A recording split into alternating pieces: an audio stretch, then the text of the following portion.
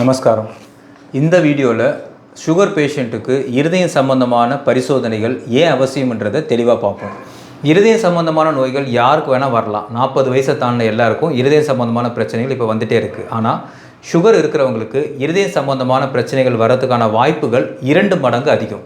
Sugar பேஷண்ட்டுக்கு எந்த மாதிரியான இருதய பிரச்சனை வரும்னு பார்த்தீங்கன்னா, அத்திலோஸ்கிரோசிஸ், அதாவது நம்ம இரத்த குழாய்களில் கொழுப்புகள் படிஞ்சு இரத்த ஓட்டத்தை மெதுவாக குறைக்க ஆரம்பிச்சிடும்.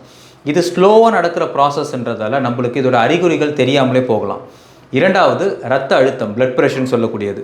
சுகர் பேஷண்ட்டுக்கு நரம்பு மண்டலங்கள் கொஞ்சம் வீக்காக இருக்கிறதால, சுகர் அதிகமாக இருக்கிறதாலையும் கம்மியாக இருக்கிறதாலையும் இந்த பிபியோடைய மாற்றம் அவங்களுக்கு தெரியாமலே போகலாம். ப்ரெஷர் அதிகமானால் கூட அவங்களுக்கு ப்ரெஷர் அதிகமாக இருக்கிறதுக்கான அறிகுறிகள் தெரியாமல் போகலாம். எல்லாத்தோட முக்கியமானது ஆட்டோனாமிக் நியூரோபதி, அதாவது நம்மளுடைய இருதயத்தோட துடிப்பு, நம்ம வேர்க்கிறது, நம்ம உடலுடைய உணர்ச்சிகள், இந்த மாதிரி நம்மளுடைய கண்ட்ரோலில் இல்லாமல் இருக்கக்கூடிய இந்த நரம்பு மண்டலங்கள் சுகர் பேஷண்ட்டுக்கு அதிகமாக பாதிக்கிறதுக்கான வாய்ப்புகள் இருக்குது.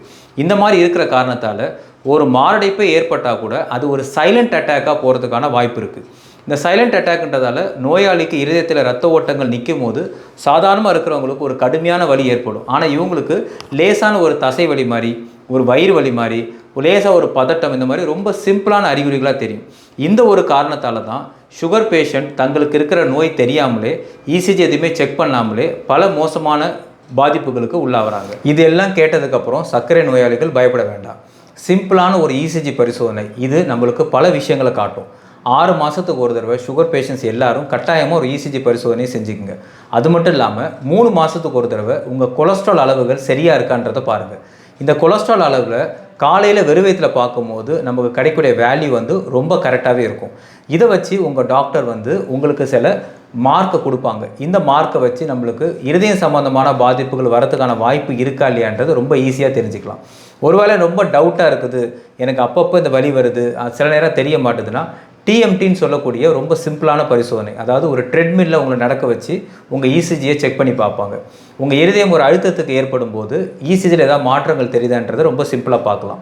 அது மட்டும் இல்லாமல் சிம்பிளான சில ரத்த பரிசோதனைகள் இருக்குது. ஹெச்எஸ்சிஆர்பி, ட்ரோபோனின் டி, இந்த மாதிரி பார்க்கக்கூடிய ஒரு சாதாரண ரத்த டெஸ்ட்லேயே இருதயம் பாதிச்சிருக்கா இல்லையான்றதை ரொம்ப ஈஸியாக நம்ம கண்டுபிடிக்கலாம். ரொம்ப சந்தேகம் இருக்கிறவங்க ஒரு எக்கோ டெஸ்ட்டும் எடுத்து பார்க்கலாம். இந்த மாதிரியான பரிசோதனைகள் செய்யும் போது நம்ம இருதயம் சேஃபாக இருக்கான்றதை நம்ம தெரிஞ்சுக்கலாம். ஒருவேளை இந்த பரிசோதனைகள் செய்யும் போது நம்மளுக்கு ஒரு பாதிப்புகள் இருக்கிற மாதிரி அறிகுறிகள் தெரிஞ்சதுன்னா ஒரு சிம்பிள் சிடி ஆஞ்சியோகிராம்ன்றது நம்ம ரத்த குழாய்களில் ஒரு ஊசி போட்டு இருதயத்தை செக் பண்ணாலும் பல பேருக்கு அது பண்ணுறதுக்கான அவசியம் இல்லை. இப்போ நம்மளுக்கு கண்டிப்பாக இருதய பிரச்சனை இருக்குன்னா நம்ம ஆஞ்சியோகிராம் பண்ணிக்கலாம். ஆனால் இருதய பிரச்சனை இருக்குமா இல்லையான்னு டவுட் இருக்கிறவங்களுக்கு இந்த மாதிரி ஊசி மூலிமா செலுத்தி பார்க்காம டைரெக்டாக ஒரு ஸ்கேன் மூலியமாகவே நம்ம தெரிஞ்சுக்கிறதுக்கான வாய்ப்புகள் இருக்குது. இது போன்ற பல பரிசோதனைகள் இருக்கிறதால அதை நம்ம கரெக்டாக பயன்படுத்திக்கிட்டோம்னா இருதய சம்பந்தமான பாதிப்புகள்லேருந்து சுலபமாக தப்பிக்கலாம். இந்த வீடியோ உங்களுக்கு பிடிச்சிருந்ததுன்னா எங்கள் சேனலை சப்ஸ்கிரைப் பண்ணுங்கள்.